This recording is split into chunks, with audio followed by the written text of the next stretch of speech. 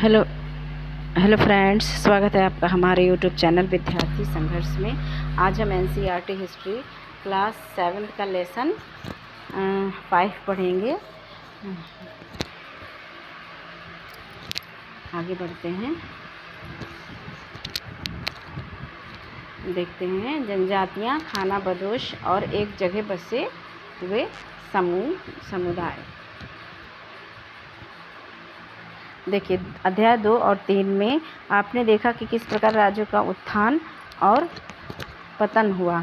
इस उठा पटक के बीच ही कलाओं, दस्तकारियों और उत्पादक गतिविधियों की नई किस्में शहरों और गांवों में फल फूल रही थीं। यानी कुछ साम्राज्य जो हैं, राज्यों का उत्थान हुआ और फिर धीरे धीरे क्या हुआ, उनका पतन भी हो गया। और इसी उठापटक के बीच कलाओं, दस्तकारियों, उत्पादक गतिविधियों की नई किस्में शहरों और गांवों में क्या कर रही थी, फल फूल रही थी। एक लंबे अंतराल में कई महत्वपूर्ण राजनीतिक, सामाजिक और आर्थिक परिवर्तन हुए। लंबे अंतराल में क्या हुए, राजनीतिक, सामाजिक, आर्थिक परिवर्तन क्या हुए। लेकिन सामाजिक परिवर्तन हर जगह एक समान नहीं थे, क्योंकि अलग अलग किस्म के समाज अलग अलग तरीक़ों से विकसित हुए। ऐसा कैसे और क्यों हुआ, यह समझना महत्वपूर्ण है। इस उपमहाद्वीप के बड़े हिस्से में समाज वर्ण के नियमानुसार पहले से ही विभाजित था। इस उपमहाद्वीप में समाज क्या था, 4 वर्णों में विभाजित था, ब्राह्मण, क्षत्रिय, वैश्य और शूद्र। तो वर्ण के अनुसार, नियमानुसार विभाजित था। 4 वर्ण बनाए गए थे। ब्राह्मणों द्वारा सुझाए गए ये नियम बड़े बड़े राज्यों के राजाओं द्वारा स्वीकार किए गए थे। और ये जो नियम ब्राह्मण, क्षत्रिय, वैश्य, शूद्र वाले 4 नियम बनाए गए थे, 4 वर्ण बनाए गए थे, तो इन नियमों को तो बड़े बड़े राजाओं ने स्वीकार कर लिया था। इससे ऊंच और नीच तथा अमीर और गरीब के बीच का फासला बढ़ा। इससे क्या हुआ कि ऊंची जाति के लोग ऊंचे रहे और नीची जाति के लोग नीचे ही रहे। यानी उनमें फासला बना ही रहा। वो एक दूसरे के संपर्क में आने में भी डरते थे, तथा अमीर और गरीब के बीच का फासला बढ़ा। और अमीर होता गया और गरीब होता गया। इससे उन दोनों का भी फासला बढ़ता गया। दिल्ली के सुल्तानों और मुग़लों के काल में श्रेणीबद्ध समाज ज़्यादा जटिल हो गया। बड़े शहरों से परे जनजातीय समाज, अलबत्ता दूसरे तरह के समाज भी उस समय मौजूद थे। उपमहाद्वीप के कई समाज ब्राह्मणों द्वारा सुझाए गए सामाजिक नियमों और कर्मकांडों को नहीं मानते थे। यानी उपमहाद्वीप के कई जो समाज थे, वो ब्राह्मणों द्वारा जो ब्राह्मण, क्षत्रिय, वैश्य, शूद्र बनाए गए नियम थे, शूद्रों के लिए जो नियम बनाए गए थे, ब्राह्मण, क्षत्रिय, वैश्य और शूद्रों के लिए जो नियम बनाए गए थे, सामाजिक नियम बनाए गए थे और कर्मकांड, उन चीज़ों को वो नहीं मानते थे। कर्मकांडों का मतलब होता है यज्ञ, हवन।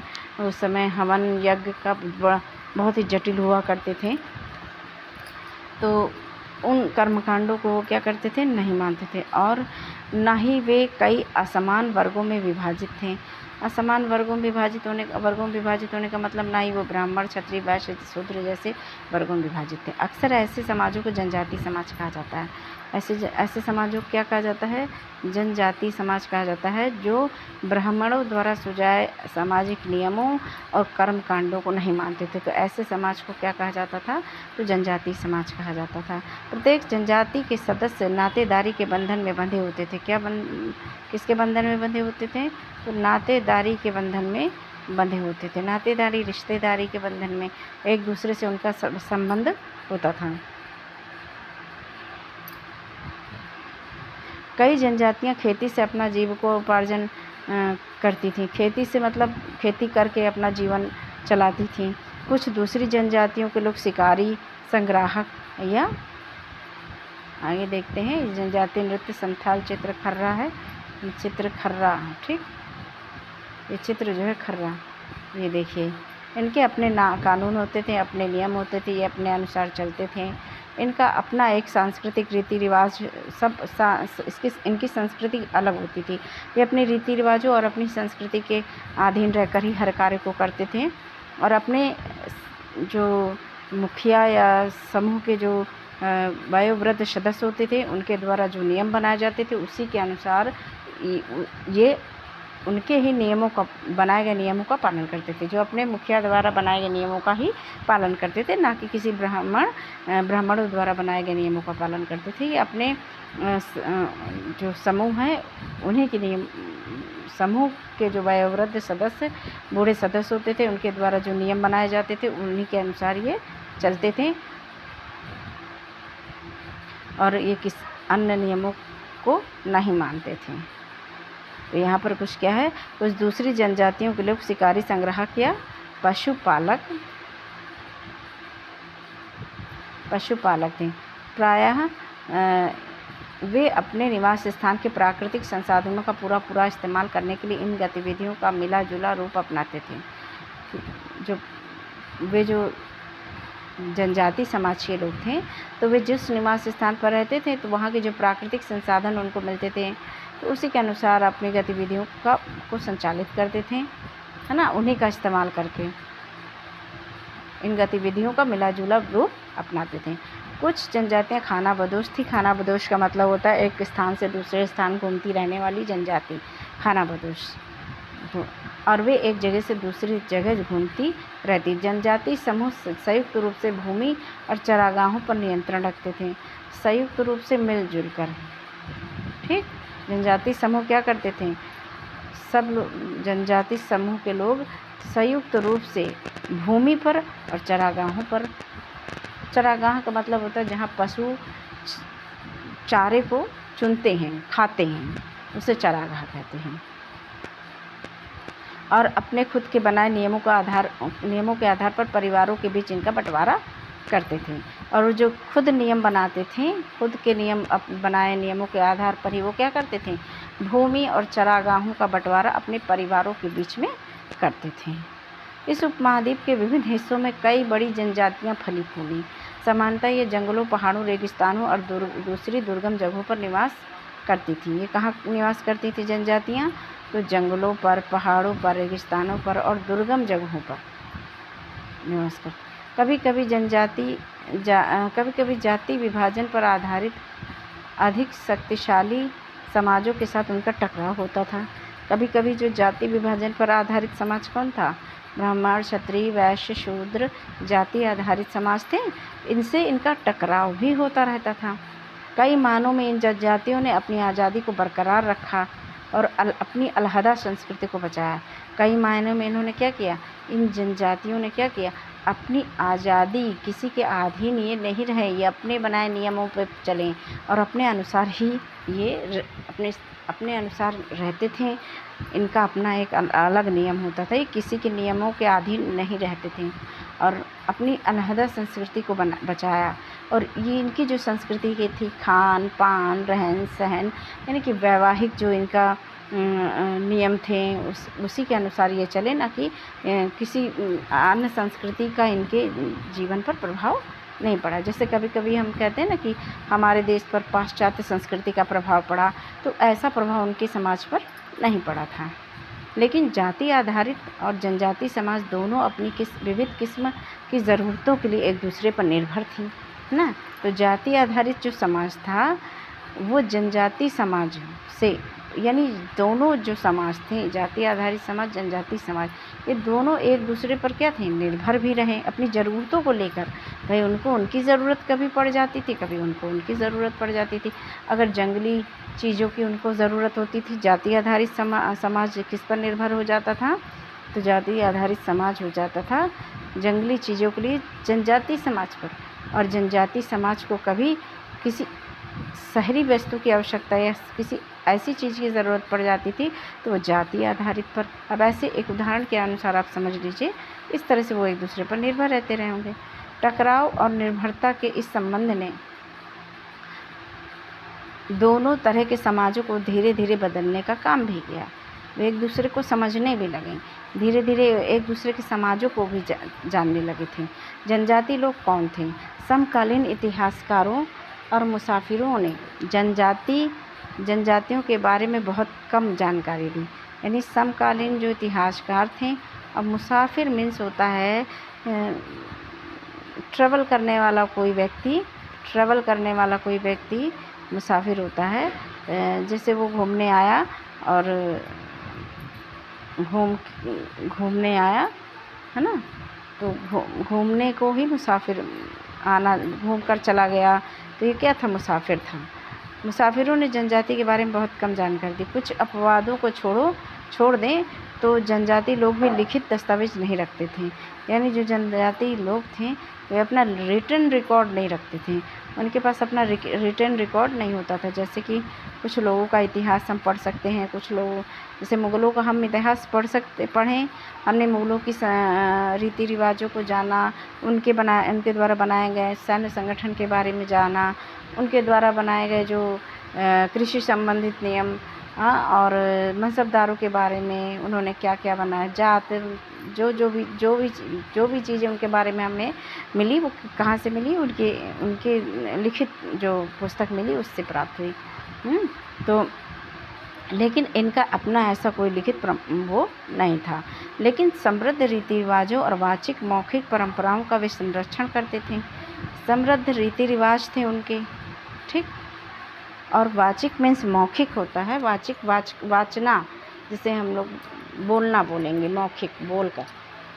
तो वो क्या करते थे, अपने रीति रिवाजों को और अपनी संस्कृति को वाचिक यानी बोलकर, यानी कहानियों के द्वारा रीति रिवाजों को और जो अपने बनाए नियम है उसको क्या करते थे, बोलकर अपने बच्चों को बताते थे, कहानियों के माध्यम से बताते थे कि हमारी ये संस्कृति है और हमें इन नियमों का पालन भी करना है, अन्यथा हमें सज़ा मिलेगी, हमें दंड मिलेगा, है ना।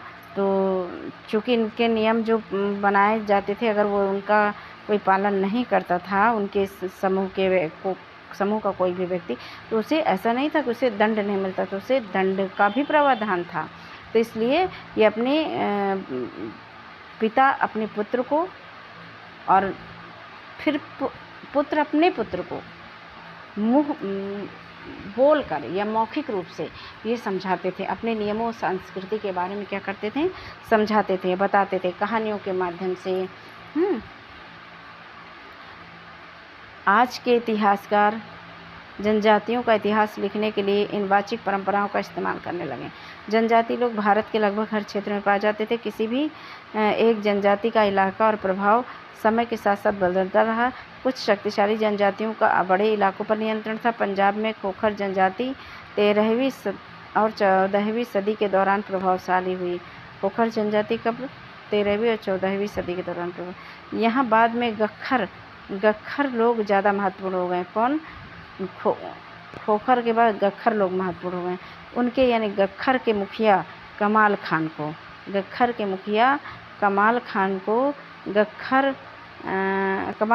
गख्खर को बादशाह अकबर ने क्या बनाया था? मनसबदार बनाया था।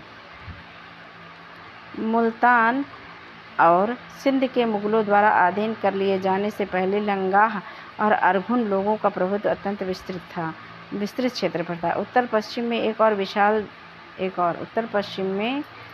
विशाल एवं शक्तिशाली जनजाति थी, बलोच कहाँ थी? उत्तर पश्चिम में थी। ये लोग अलग अलग मुखियों वाले कई छोटे छोटे कुलों में बटे हुए थे। यानी जो कुल थे, ये एक कुल, दो कुल, ये ऐसे करके ये कई कुल थे और इन्हीं कुलों के अपने अपने क्या होते थे?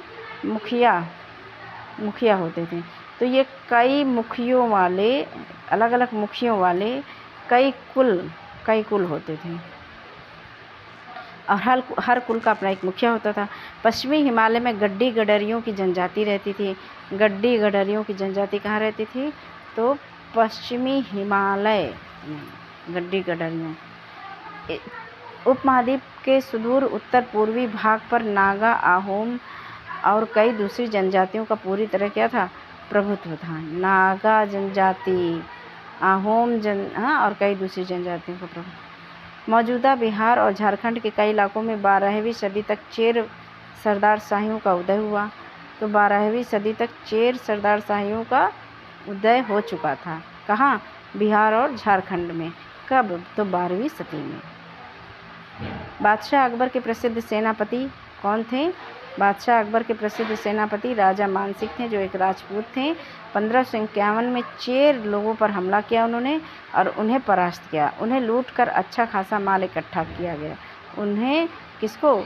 चेर लोगों को लूट कर राजा मानसिंह ने क्या किया? अच्छा खासा माल इकट्ठा किया, लेकिन वे पूरी तरह अधीन नहीं बनाए गए। उनको अपने अधीन पूरी तरह से नहीं बनाया गया था। औरंगजेब के समय में मुग़ल सेनाओं ने चेर लोगों के कई किलों पर कब्जा किया। तो मुग़ल सेनाओं ने क्या किया था? औरंगजेब के समय में मुग़ल सेनाओं ने चेर लोगों के कई किलों पर कब्जा किया और इस जनजाति को अपने अधीनस्थ बना लिया, यानी अपने अधीन कर लिया। ठीक, इस क्षेत्र में रहने वाली महत्वपूर्ण जनजातियों में मुंडा और संताल थे। यद्यपि ये उड़ीसा और बंगाल में भी रहते थे। इस क्षेत्र में रहने वाली और जनजातियों में कौन थी? मुंडा और संताल।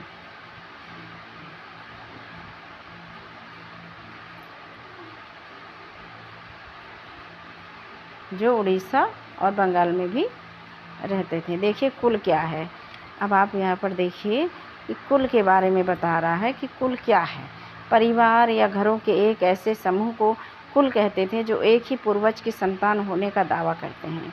यानी एक ही पूर्वज, यदि ये एक पूर्वज हैं और ये और ये सब इनकी संतान हैं, तो ये क्या हो गए? इन सदस्यों के, है ना, इन सभी सदस्यों के ये मुखिया हो गए और ये इनके संतानें हो गई, संतान से उत्पन्न संतान। तो ये क्या हो गया? एक कुल बन गया, कुल बन गया। ठीक, एक कुल बन गया, एक कुल की एक परिवार या घरों में एक ऐसे समूह को कुल कहते थे जो एक पूर्वज की संतान होने का दावा करते थे। यानी एक ही पूर्वज से कई शाखाएं फूटी। जनजातीय संगठन प्रायः नातेदारी या कुल संबंधी निष्ठा पर आधारित होते थे।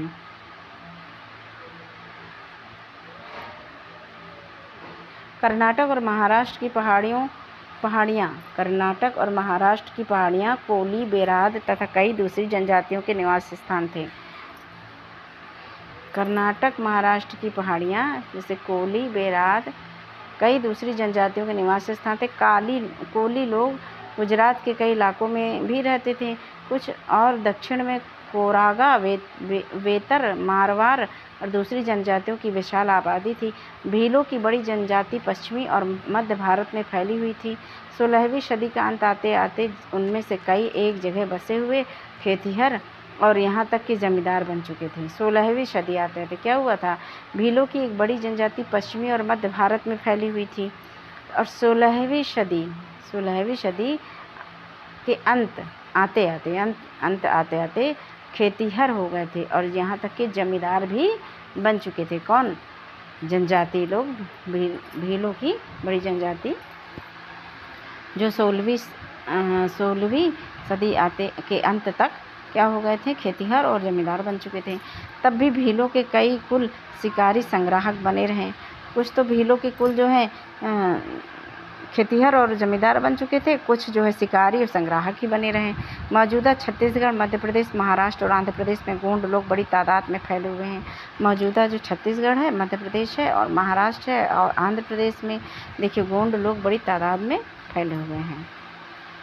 खानाबदोश और घुमंतू लोग कैसे रहते थे? खानाबदोश चरवाहे अपने जानवरों के साथ दूर दूर तक घूमते थे। खानाबदोश चरवाहे क्या करते थे? अपने जानवरों के साथ क्या करते थे? घूमते थे। उनका जीवन दूध और अन्य पशुचारी उत्पादों पर निर्भर था। वे खेतिहर गृहस्थों से अनाज, कपड़े, बर्तन और ऐसी ही चीज़ों के लिए ऊन, घी इत्यादि का विनिमय भी करते थे। यानी जो किसानों से क्या ले लेते थे? जो खानाबदोश चरवाहे थे और जो जानवरों के साथ दूर दूर तक घूमते रहते थे, उनका जीवन दूध और या अन्य पशुचारी उत्पाद होता था, उस पर निर्भर था। तो वे जो खेतिहर थे, किसान थे, उनसे क्या करते थे? अनाज ले लेते थे। अब उनसे कपड़े भी ले लेते थे, अनाज ले लेते थे, कपड़े, बर्तन ले लेते थे और अन्य चीज़ों के लिए वे और बदले में क्या दे देते थे? भाई ऊन जानवरों से प्राप्त होता है, घी भी जानवरों से प्राप्त होता है ना, हो जाता है, तो वो ऊन और घी दे देते थे। भाई उनसे अनाज, कपड़े ले लेते थे, उनसे अनाज, कपड़े, बर्तन ले लेते थे और अन्य चीज़ ले लेते थे। ठीक, जैसे उन ले लिया। अब उसके बदले उन्होंने घी, ऊन और घी उनको दे दिया, लिया और दिया। तो क्या हो गया? ये विनिमय, लेन देन। एक वस्तु की बदले दूसरी वस्तु के लेन देन को हम विनिमय कहते हैं। तो ठीक, तो ऐसी ही चीज़ों के लिए ऊन, घी इत्यादि का विनिमय भी करते थे। कुछ खानाबदोश अपने, देखिए यहाँ पर चित्र 3, और ये कौन सा है?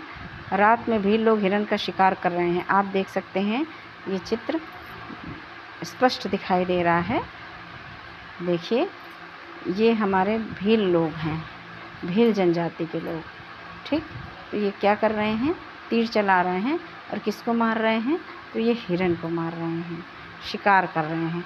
ठीक, और उसको बनाकर यहाँ पर खा भी रहे हैं। देखिए बना भी रहे हैं। अब दूसरा चित्र आप देख सकते हैं।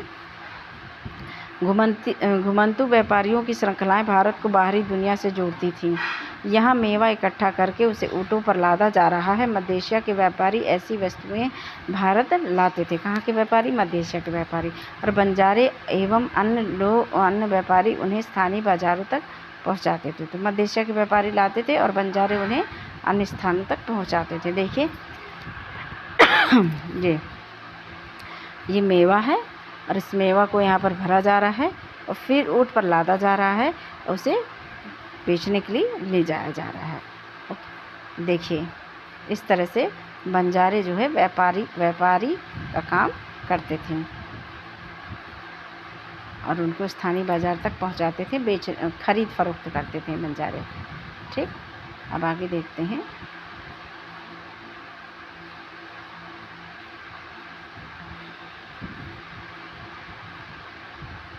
यहाँ पर दिया था कुछ खाना बदोश जानवरों पर सामानों की ढुलाई का काम भी करते थे। कुछ खाना बदोश यानी घूमने वाले जो लोग होते थे, तो वो एक स्थान से दूसरे स्थान घूमते रहते थे, तो वो जो जानवर लिए रहते थे तो उस पर सामान भी लाद लेते थे। तो उनके ढुलाई में ढुलाई करते थे, एक जगह स्थान से दूसरे स्थान सामान को उन पर लाद कर ले जाते थे। एक जगह से दूसरी जगह आते जाते वे सामानों की खरीद फरोख्त करते थे। एक स्थान गए जैसे उन्होंने एक स्थान से कोई सामान लिया, मान लीजिए उन्होंने मेवा ही ले लिया, तो मेवा वहाँ पर बेच दिया और फिर वहाँ से जो कुछ चीज़ें मिली, मान लीजिए कि मसाले मिल गए, कुछ भी ऐसी वस्तु मिली जो जिस जगह पे उनको जाना है वहाँ नहीं मिलती, तो वहाँ से वो ले लेते थे और फिर वहाँ पर उसे महंगे दामों में, उचित दामों में, महंगे दामों में बेच लेते थे जो भी था। ठीक, खरीद फरोख्त करते थे। बंजारा लोग सबसे महत्वपूर्ण व्यापारी खाना बदोश थे। बंजारा लोग क्या थे? सबसे महत्वपूर्ण व्यापारी थे, खाना बदोश, जो घूमने वाले व्यापारी थे, एक स्थान से दूसरे स्थान घूमते रहते। उनका कारवां टांडा कहलाता था। उनका जो कारवां होता था वो टांडा कहलाता था। कारवां क्या कहलाता था? टांडा। अब वो सामान लाद कर एक श्रृंखला में ऐसे अपने बाल बच्चों सहित, बीवियों सहित चले जाते थे जहाँ उन्हें जाना होता था। तो उस कारवां को हम क्या कहेंगे? कि कहेंगे टांडा कहेंगे। सुल्तान अलाउद्दीन खिलजी अध्याय 3 बंजारों का ही इस्तेमाल नगर के बाज़ारों तक अनाज की ढुलाई के लिए करते थे। तो सुल्तान अलाउद्दीन खिलजी ने क्या किया था? बंजारों को ही नगर के बाज़ारों तक अनाज की ढुलाई के लिए रखा था। तो भाई आपको जो है सामान, अनाज जो है बाज़ार तक ले जाना है।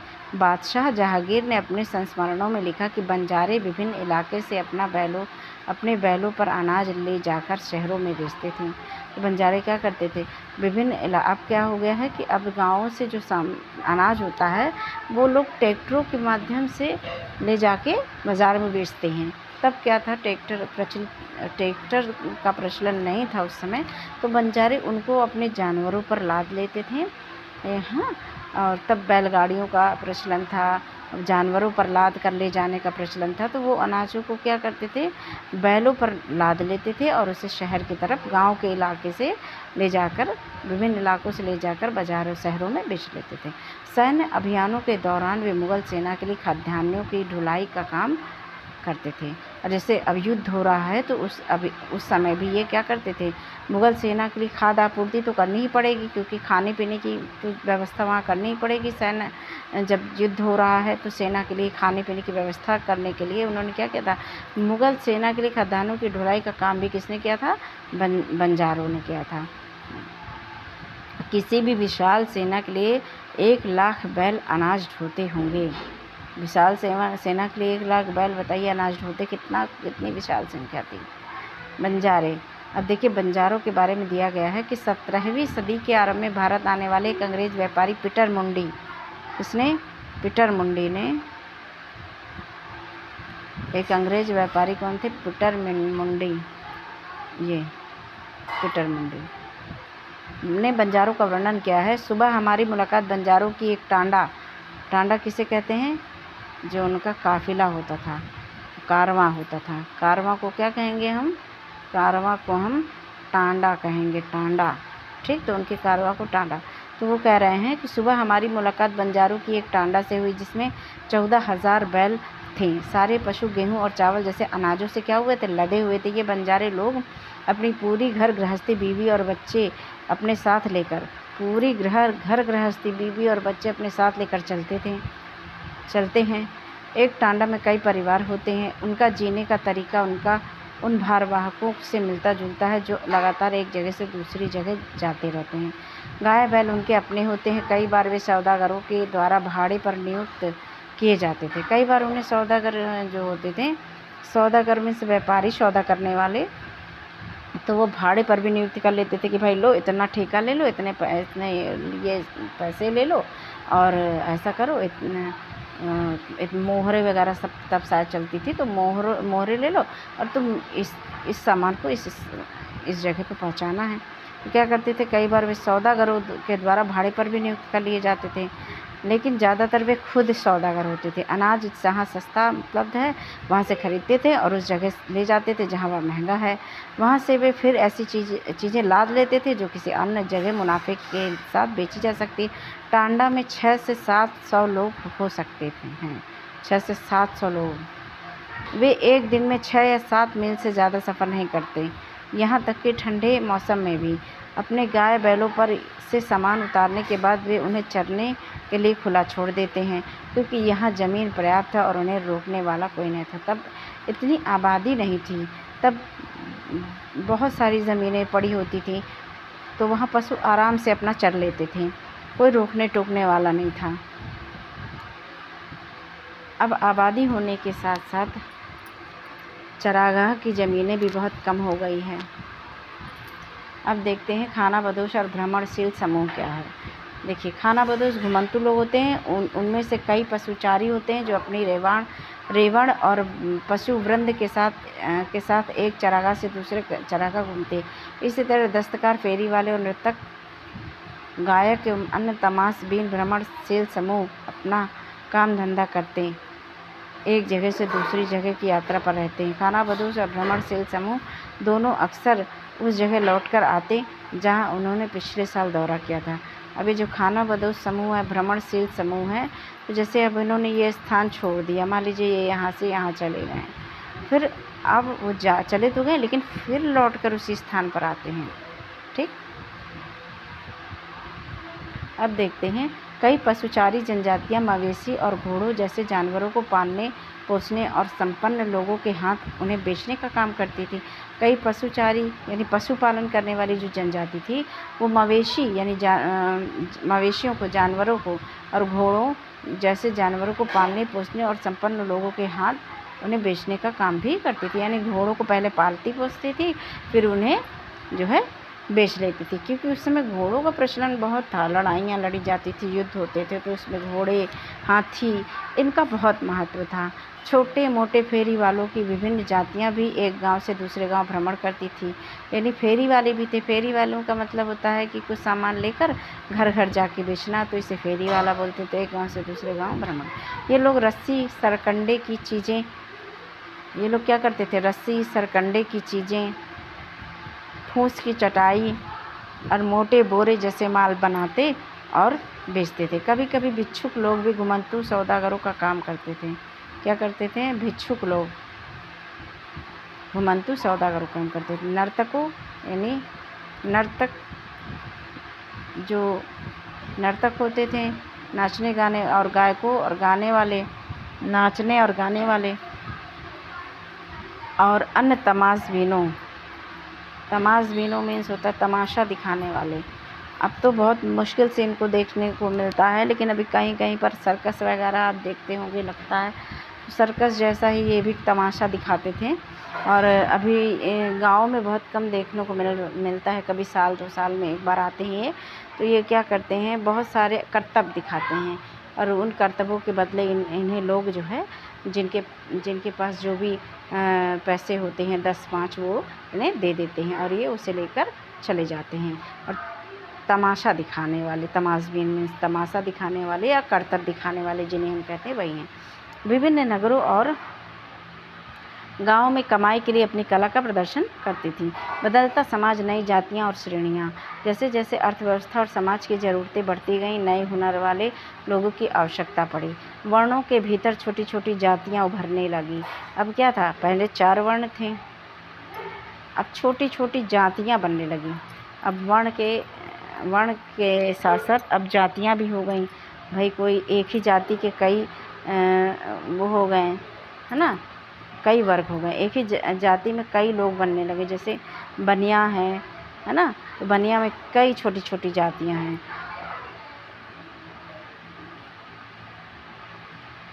उदाहरण के लिए ब्राह्मणों के बीच नई जातियां सामने आई। ब्राह्मणों में भी आप देखते हैं कई जातियां, शुक्ला है, पांडे है ना, तिवारी है, इस तरह की कई जातियां, उपजातियां बन गई ना, छोटी छोटी नई उपजातियां। दूसरी और कई जनजातियों और सामाजिक समूहों को जाति विभाजन समाज में शामिल कर लिया गया। कई जनजातियों को और सामाजिक समूहों को जाति विभाजित समाज में क्या कर लिया गया, शामिल, और उन्हें जातियों का दर्जा दे दिया गया। विशेषज्ञता प्राप्त जो शिल्पी होते थे, सुनार, जैसे सुनार को सुनार जाति मान लिया गया, है ना, और लोहार को लोहार मान लिया गया। बढ़ई को हम कहते हैं बढ़ई है वो, है ना, और राजमिस्त्री जो घर बनाने वाले होते हैं तो उन्हें राजमिस्त्री मान लिया गया। तो इस तरह से जातियां बन गई, छोटी छोटी जातियां बन गई। ब्राह्मण, राजमिस्त्री को भी ब्राह्मणों द्वारा जातियों के रूप में मान्यता दे दी गई। वर्ण की बजाय जाति समाज के संगठन का आधार बनी। जाति पर विचार विमर्श। देखिए, वर्तमान तमिलनाडु के तिरुचिरापल्ली ताल्लुक में स्थित उय्याकोंडन उदयार के 12वीं शताब्दी के अभिलेख में ब्राह्मणों की एक सभा अध्याय 2 के विचार विमर्श का वर्णन मिलता है।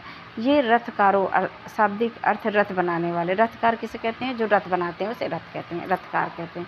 रथ बनाने वाले उस समय बहुत बहुत ज़्यादा महत्वपूर्ण थे, क्योंकि हर युद्ध में रथों का प्रयोग, घोड़ों का प्रयोग, हाथियों का प्रयोग होता था। तो रथ बनाने वाले बहुत महत्वपूर्ण व्यक्ति माने जाते थे। तो सावधान, रथ बनाने वाले की सामाजिक स्थिति क्या थी, सामाजिक स्थिति पर विचार विमर्श कर रहे थे।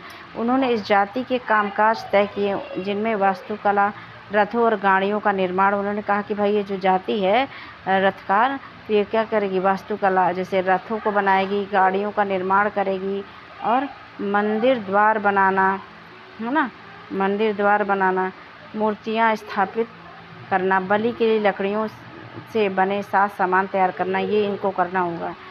ठीक, मूर्तियाँ स्थापित करना, मंदिर द्वार बनाना, गाड़ियाँ बनाना, हाँ, और बलि के लिए लकड़ियों से बने साज सामान तैयार करना, मंडप बनाना और राजा के लिए जेवर बनाना शामिल थे।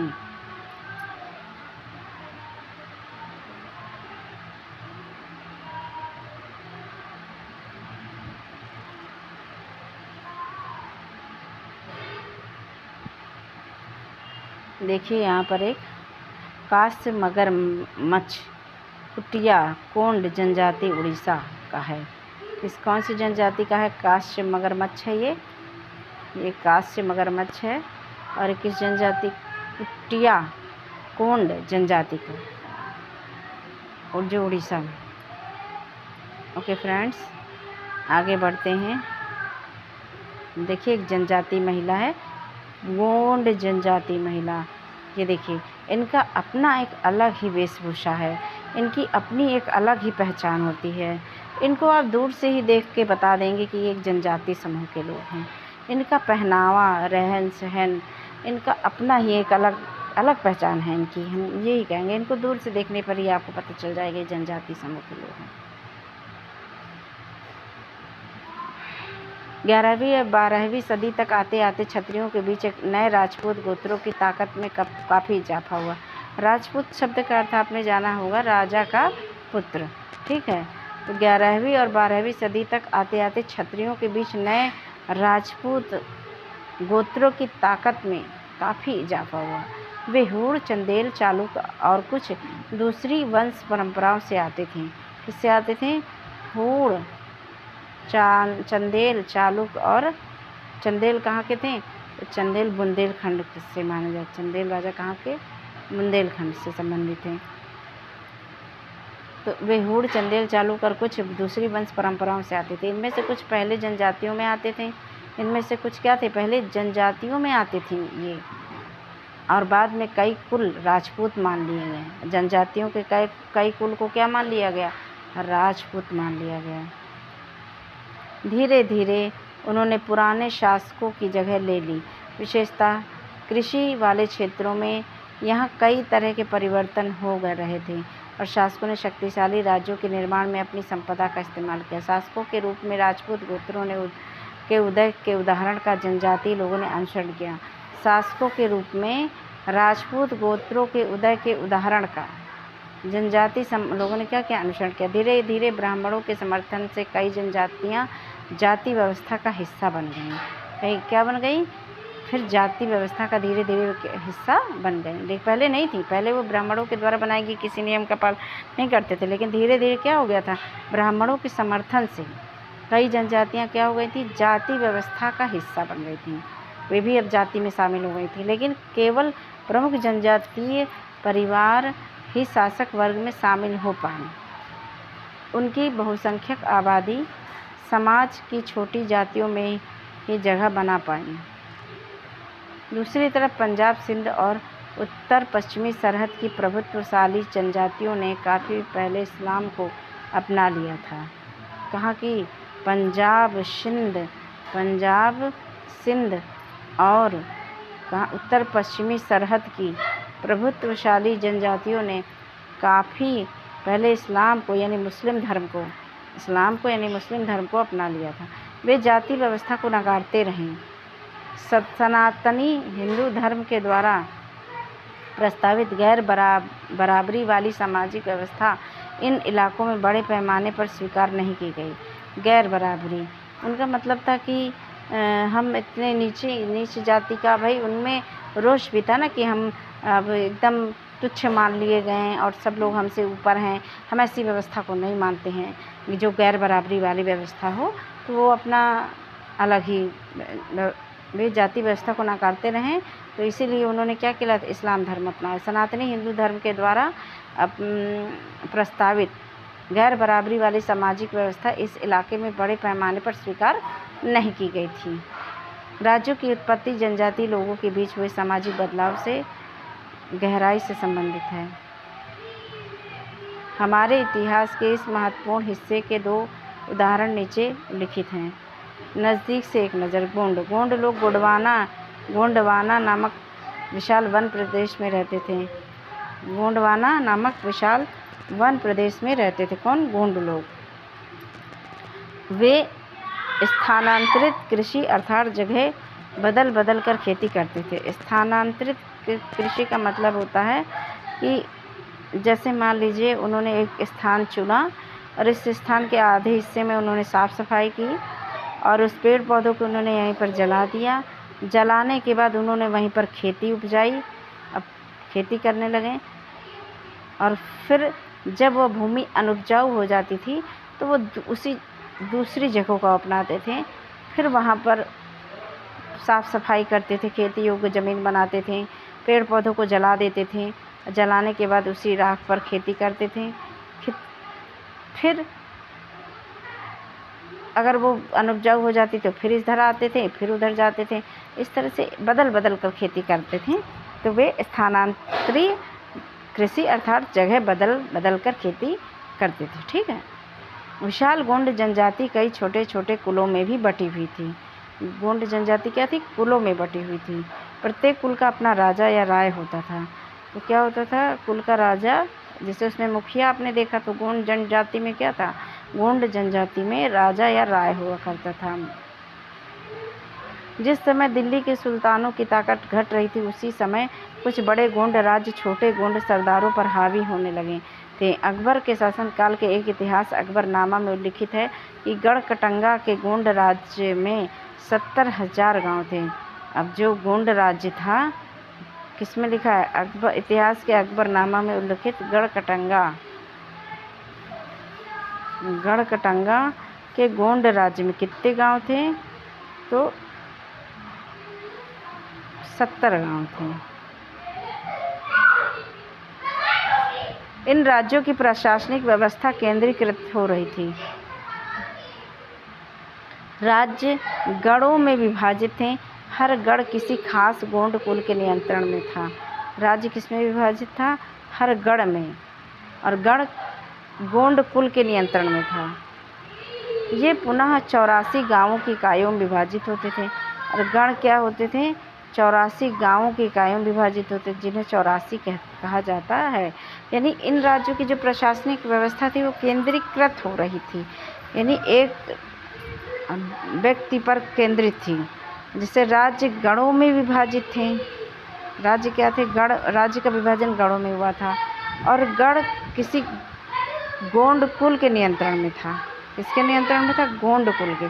ये पुनः 84 गांवों की इकाइयों में विभाजित होते थे, जिन्हें 84 कहा जाता था। स्थानांतरित कृषि देखिए, किसी वन प्रांत के पेड़ों और झाड़ियों को पहले काटा और जलाया जाता है, उसकी राख में ही फसल बो दी जाती है।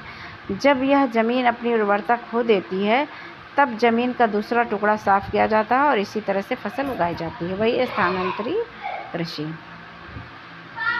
आगे देखते हैं, 84 कहा जाता था।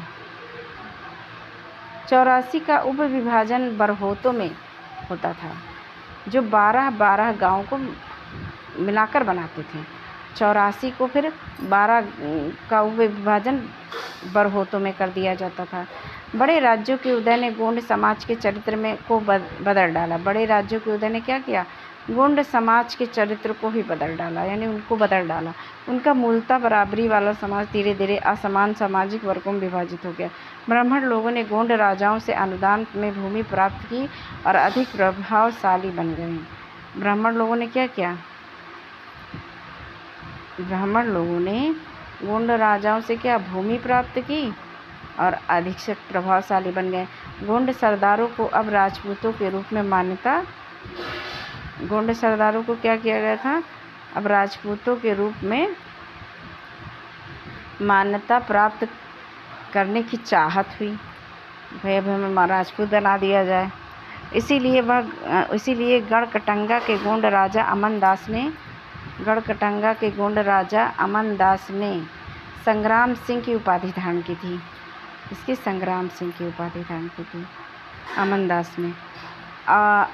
उसके पुत्र दलपत ने महोबा, अमनदास के पुत्र कौन थे? दलपत। और दलपत ने क्या किया था? महोबा के चंदेल राजपूत राजा साल वाहन की पुत्री राजकुमारी दुर्गावती से विवाह किया था। कौन?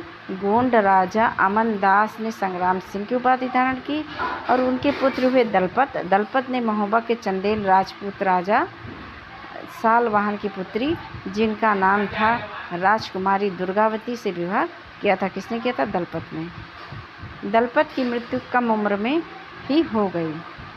रानी दुर्गावती बहुत योग्य थी और उसने अपने 5 साल के पुत्र वीर नारायण के नाम पर शासन की कमान संभाली। उसके समय में राज्य का और अधिक विस्तार हुआ। 1565 में आसिफ खान के नेतृत्व में मुगल सेनाओं ने गढ़कटंगा पर हमला किया। रानी दुर्गावती ने इसका जमकर सामना किया। उसकी हार हुई और उसने समर्पण। देखिए यहाँ पे ये जो सूबा सीमा दिल्ली वाला सरकार है, ये देखिए ये मैप है। कोलंगा, मांडला, चौगढ़, ये आपकी समझ से इसको कोई इम्पोर्टेंट नहीं है समझना। आगे देखते हैं। एक नक्काशीदार दरवाज़ा गोंड जनजाति बस्तर क्षेत्र मध्य प्रदेश से एक दरवाज़ा प्राप्त हुआ। नक्काशीदार देख लीजिए।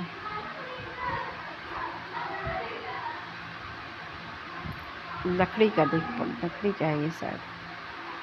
देखते हैं आगे।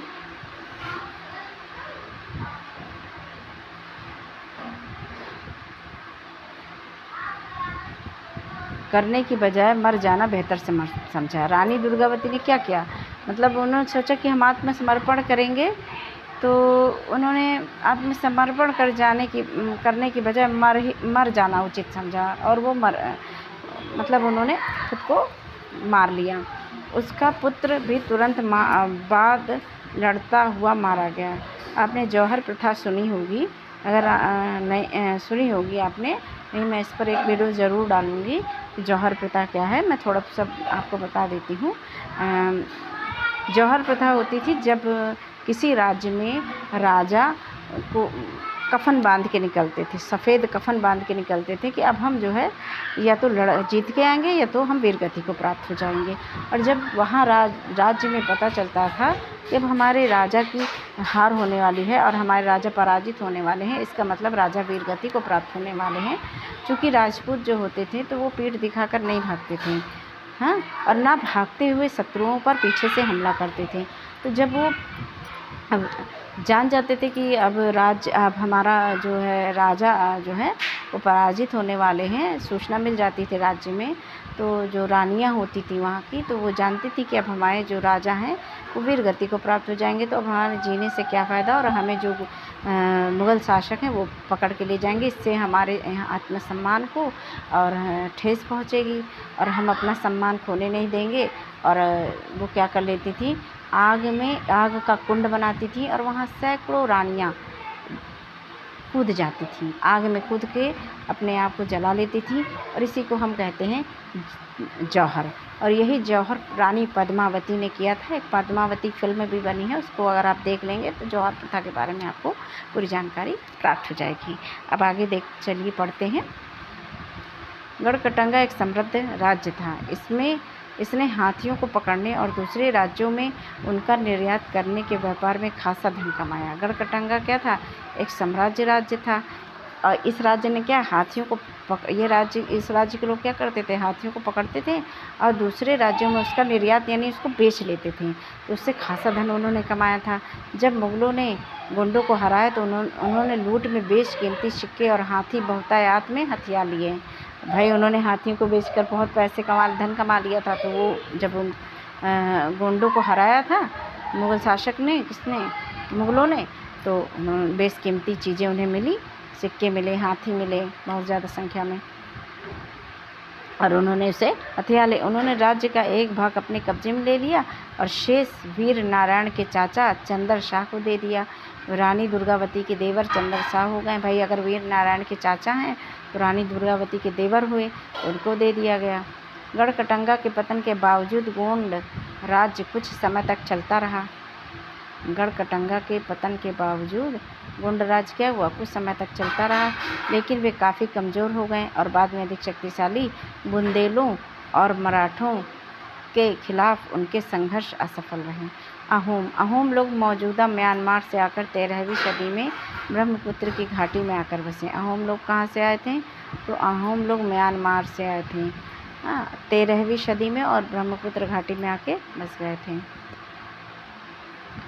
उन्होंने भुइयाँ किसे कहा जाता है, भूस्वामियों को। उन्होंने भुइयाँ लोगों की पुरानी राजनीतिक व्यवस्था का दमन करके नए राज्य की स्थापना की। 16वीं सदी के दौरान उन्होंने चुटियों और कोच हाजों 1523 और कोच हाजों 1581 के राज्यों को अपने राज्य में मिला लिया। उन्होंने कई अन्य जनजातियों को भी अधीन कर लिया। अहोमों ने एक बड़ा राज्य बनाया और इसके लिए 1530 के दशक में ही इतने वर्षों पहले 1530 के दशक में ही इतने वर्षों पहले आग्नेय अस्त्रों का इस्तेमाल किया। देखिए आग्नेय अस्त्र, आग्नेय मीन्स अग्नि, अस्त्रों मीन्स जो फेंक कर कोई चीज़ मारा जाए तो उसे अस्त्र कहते हैं, और शस्त्र जो हाथ में लेकर लड़ाई की जाती है, जैसे तलवार है, भाला है ना, तो इन चीज़ों को हम कहेंगे शस्त्र। तो आग्नेय अस्त्रों का इस्तेमाल किया, यानी बम जैसी किसी चीज़ का इस्तेमाल किया जिससे आग लग जाती रही होगी। 1660 तक आते आते 1660 तक आते आते वे उच्च स्तरीय बारूद और तोपों का निर्माण करने में सक्षम हो गए थे। कौन? अहोम लोग, है ना। अहोमों ने एक बड़े राज्य बनाया और इसके लिए 1530 के दशक में ही इतने वर्षों पहले अग्नेयास्त्रों का इस्तेमाल किया, यानी उन्होंने बम जैसी कोई चीज़ इस्तेमाल करना शुरू किया था। बम जैसी कोई चीज़ का जो आग छोड़ती थी। और 1660 तक आते आते वे उच्च स्तरीय बारूद तो आप जानते ही हैं, और तोपों का निर्माण करने में सक्षम हो गए थे। लेकिन अहोम लोगों को दक्षिण पश्चिम से कई आक्रमणों का सामना करना पड़ा।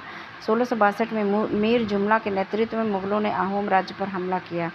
इसके नेतृत्व में 1662 में मीर जुमला के नेतृत्व में मुगलों ने अहोम राज्य पर आक्रमण बहादुरी से सामना करने के बावजूद अहोम लोगों की पराजय हुई, लेकिन उस क्षेत्र पर मुगलों का प्रत्यक्ष नियंत्रण ज़्यादा समय तक बना नहीं रह सका। जीत तो लिया, पराजित तो उनको कर दिया, लेकिन बहुत समय तक उस पर नियंत्रण नहीं कर सके अहोम लोगों के राज्य पर। देखिए यहाँ पर क्या है, असम में लाचित बर्फुकन ने मुग़ल सेना को हराया। लाचित बर्फुकन अहोम सेना के सेनापति थे। कौन थे? लाचित बर्फुकन अहोम सेना के सेनापति थे। 1671 में सराय घाट के युद्ध में लाचित बर्फुकन ने मुग़ल शासक औरंगज़ेब की सेना को पराजित किया था। औरंगज़ेब की सेना को किसने पराजित किया था? तो अहोम सेना के सेनापति लाचित बर्फुकन ने मुग़ल शासक औरंगज़ेब की सेना को पराजित किया था। मुग़ल सेना में 18,000 घुड़सवार, 30,000 सैनिक, 15,000 तीरंदाज का मतलब होता है तीर से जो वार करते हैं अपने शत्रुओं पर, उसे तीरंदाज कहते हैं। 5,000 बंदूक सैनिक और 1,000 तोप थे, जिसका नेतृत्व अंबर के शासक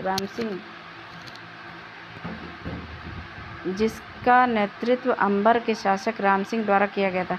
लाचित के सैन्य कौशल से मुग़ल सेना के विस्तार पर रोक लग गई। लाचित के सैन्य कौशल से क्या हुआ? मुग़ल सेना के विस्तार पर क्या हो गया? रोक लगी, यानी मुग़ल सेना विस्तार नहीं कर सकी। नौसेना द्वारा ब्रह्मपुत्र नदी में लड़ी गई यह लड़ाई इतिहास में सराय घाट के युद्ध के नाम से प्रसिद्ध है। ये लड़ाई किस नाम से प्रसिद्ध है? जिसमें लाचित बर्फुकन ने मुग़ल सेना को पराजित किया था। तो ये नौसेना द्वारा ब्रह्मपुत्र नदी में लड़ी गई यह लड़ाई इतिहास में सराय घाट युद्ध के नाम से प्रसिद्ध है।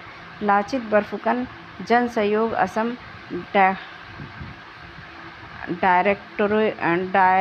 Directorate of information and public relations, government of Assam, Dispur, Guwahati. पूर्वी भारत की जनजातियाँ देखिए यहाँ पर भूटान, मैप बांग्लादेश है। ये गारो खासी जयंतियाँ पहाड़ियाँ हैं। ये अहोम जनजाति अहोम जनजाति, नागा जनजाति, ये देखिए चुटिया है, मिरिस है। ये आपकी गारो खासी जयंतियाँ पहाड़ियाँ हैं। बांग्लादेश इस तरफ है, देखिए ये हमारा भूटान है, म्यांमार है, यहाँ से आई थी। कौन? म्यांमार से आई थी ना अहोम जनजाति, तो आपका ये म्यांमार है। अब देखिए अहोम राज्य बेगार पर निर्भर था। अहोम राज्य क्या था? बेगार पर निर्भर था। बेगार राज्य के लिए जिन लोगों से जबरन काम लिया जाता था वे पाइक कहलाते थे। राज्य के लिए, किसी राज्य के लिए अगर लोगों से जो जबरन काम लिया जाता था उसे क्या कहा जाता था? पाइक। कभी कभी प्रश्न आ जाता है कि पाइक किसे कहते हैं, तो लोगों से जबरन लिया गया काम पाइक कहलाता है। अहोम राज्य में एक जनगणना की गई थी। प्रत्येक गांव को अपनी बारी आने पर निश्चित संख्या में पाइक भेजने होते थे, यानी जनगणना की गई थी। और फिर प्रत्येक जो गांव था उसको जब भी उसकी बारी आती थी क्रम वाइज आ जाते थे। भाई पहले इस गांव के लोग पाइक करेंगे, यानी जबरन काम करेंगे। फिर इस गांव की बारी है तो भाई दूसरा गांव के लोग जो हैं वो जाएंगे पाइक करेंगे, यानी कि जबरन काम करेंगे। ठीक है, इसके लिए जनगणना के बाद सघन आबादी वाले इलाकों से कम आबादी वाले इलाकों में लोगों को स्थानांतरित किया गया। यानी जैसे मान लीजिए कि यहाँ पर 1-2 घर हैं, 3 घर हैं, और यहाँ पर 1 ही 2 घर हैं, तो इस यहाँ की आबादी को यहाँ भेज दिया जाएगा, क्योंकि यहाँ जनसंख्या कम है, यहाँ सघन है। मान लीजिए ज़्यादा है यहाँ पर, तो यहाँ सघन है, ज़्यादा जनसंख्या है, तो इसको इन लोगों को यहाँ भेज दिया जाएगा कि जाओ भाई अब यहाँ। ठीक, इस प्रकार अहोम कुल टूट गए। भाई एक जगह से दूसरी जगह भेज दिया गया तो क्या हो गए? बिखर गए, टूट गए। 17वीं शताब्दी का पूर्वार्ध पूरा होते होते प्रशासन खासा केंद्रीकृत हो चुका था। लगभग सभी वयस्क पुरुष युद्ध के दौरान सेना में अपनी सेवाएं प्रदान करते थे, और युद्ध होता था तो सभी जो वयस्क पुरुष होते थे युद्ध में सेना में अपनी सेवाएं देते। दूसरे समय में वे बांध, सिंचाई व्यवस्था इत्यादि के निर्माण या अन्य सार्वजनिक कार्यों में जुटे रहते थे। भाई वो जो पाइक होते थे तो वो क्या करते थे, अगर युद्ध होता था तो उसमें युद्ध में अपनी सेवाएं देते थे। हाँ, और दूसरे समय में वे क्या करते थे, बांध बनाने का काम करवाते थे, पाइप, है ना, सिंचाई व्यवस्था का काम देखते थे, सिंचाई व्यवस्था इत्यादि के निर्माण या अन्य सार्वजनिक कार्यों में जुटे रहते थे। अहोम लोग चावल की खेती के नए तरीके भी अमल में लाए। अहोम लोगों ने रोपण पद्धति भी बताई कि भाई चावल को कैसे रोपण के माध्यम से भी उगाया जाता है। अहोम समाज कुलों में विभाजित था, जिन्हें खेल कहते हैं। तो प्रश्न आ जाता है कि खेल क्या है, खेल किसे कहा गया अहोम समाज में? तो खेल खेलने को कहा गया ना, तो खेल किसे कहा गया? तो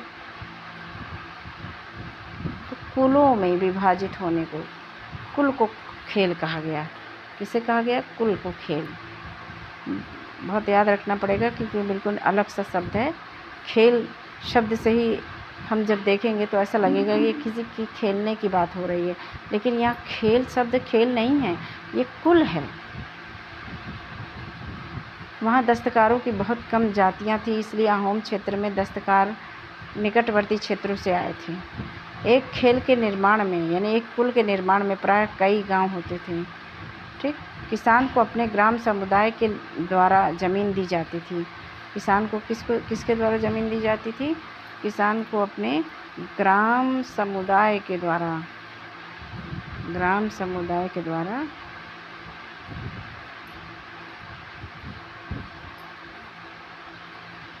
ज़मीन दी जाती थी। समुदाय की सहमति के बगैर राजा तक इसे वापस नहीं ले सकता था।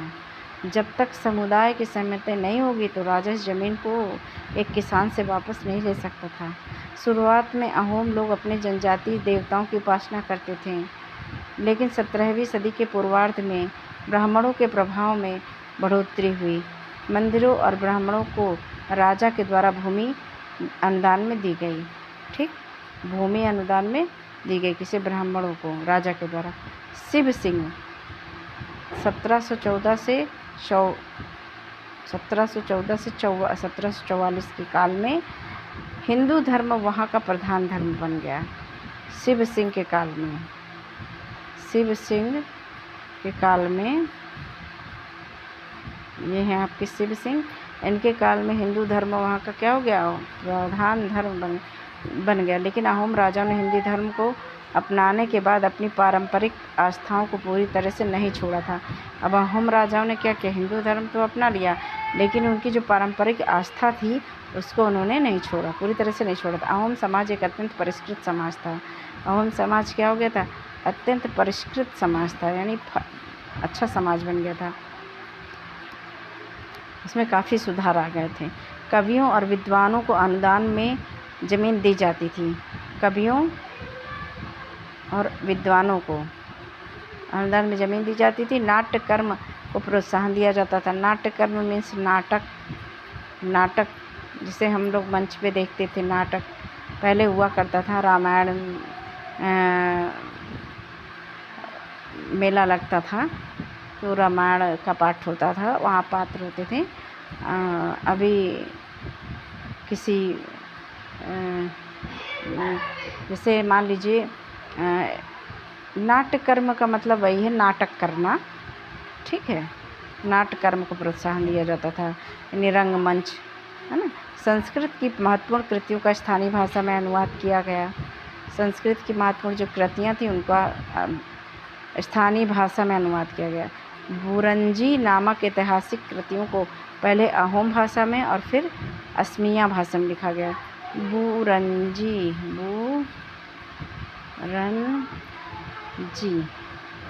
ये है। बुरंजी नामक ऐतिहासिक कृतियों को क्या किया गया, पहले अहोम भाषा में लिखा गया, उसके बाद असमिया भाषा में, निष्कर्ष देखते हैं। निष्कर्ष, जिस युग की हम चर्चा करते आए हैं उस युग के दौरान उपमहाद्वीप में काफ़ी सामाजिक परिवर्तन हुआ। वर्ण आधारित समाज और जनजाति, जहाँ पर देखते हैं कुछ क्या है, कान के आभूषण कबोई नागा जनजाति मणिपुर, ये क्या है देखिए उनका आभूषण है। आपके जब मुगलों ने अहोम प्रदेश को जीतने का प्रयास क्यों किया, तो समृद्ध प्रदेश था। जिस युग की हम चर्चा करते आए हैं उस युग के दौरान उपमहाद्वीप में काफ़ी सामाजिक परिवर्तन हुआ। वर्ण आधारित समाज और जनजाति लोग एक दूसरे के साथ लगातार संपर्क में आते रहे। वर्ण आधारित समाज और जनजाति लोग एक दूसरे के लगातार संपर्क में आते रहे। इस आदान प्रदान ने दोनों तरह के समाजों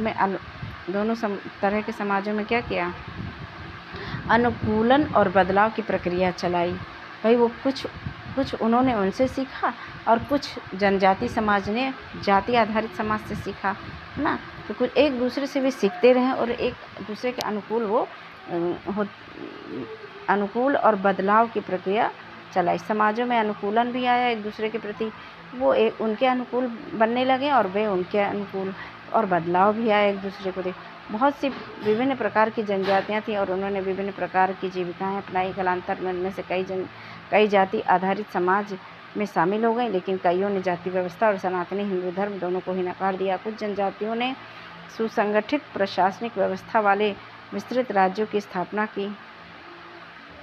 इस तरह वे राजनीतिक रूप से ताकतवर हो गए, यानी कुछ जनजाति समाज के लोग जो है राजा भी बने, है ना। कुछ जनजाति समाज ने सुसंगठित प्रशासनिक व्यवस्था वाले विस्तृत राज्यों की स्थापना की, यानी उन्होंने राज्य व्यवस्था भी अपनाई, है ना।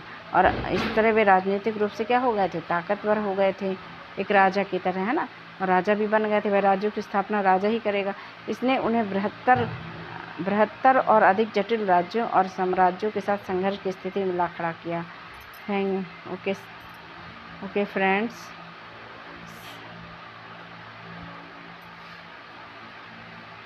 अब इसे आप कर सकते हैं। श्रमिक कौन थे, पाइक थे, कुल खेल को कहते हैं, दुर्गावती, गढ़कटंगा, है ना।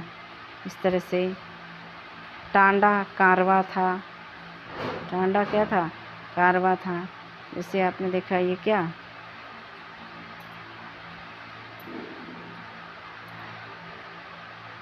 टांडा क्या था, तो कारवा था। श्रमिक क्या थे, पाइक थे। कुल क्या था, खेल था। दुर्गावती, गढ़कटंगा, गढ़ 84। ओके फ्रेंड्स, आज चैप्टर फिनिश हो गया है। आशा करती हूँ कि आपको ये चैप्टर समझ में आया होगा और अच्छा भी लगा होगा। और अच्छा लगा है तो प्लीज़ लाइक, सब्सक्राइब और शेयर ज़रूर कीजिएगा। Thank you very much watching for my video. Thank you. Okay bye.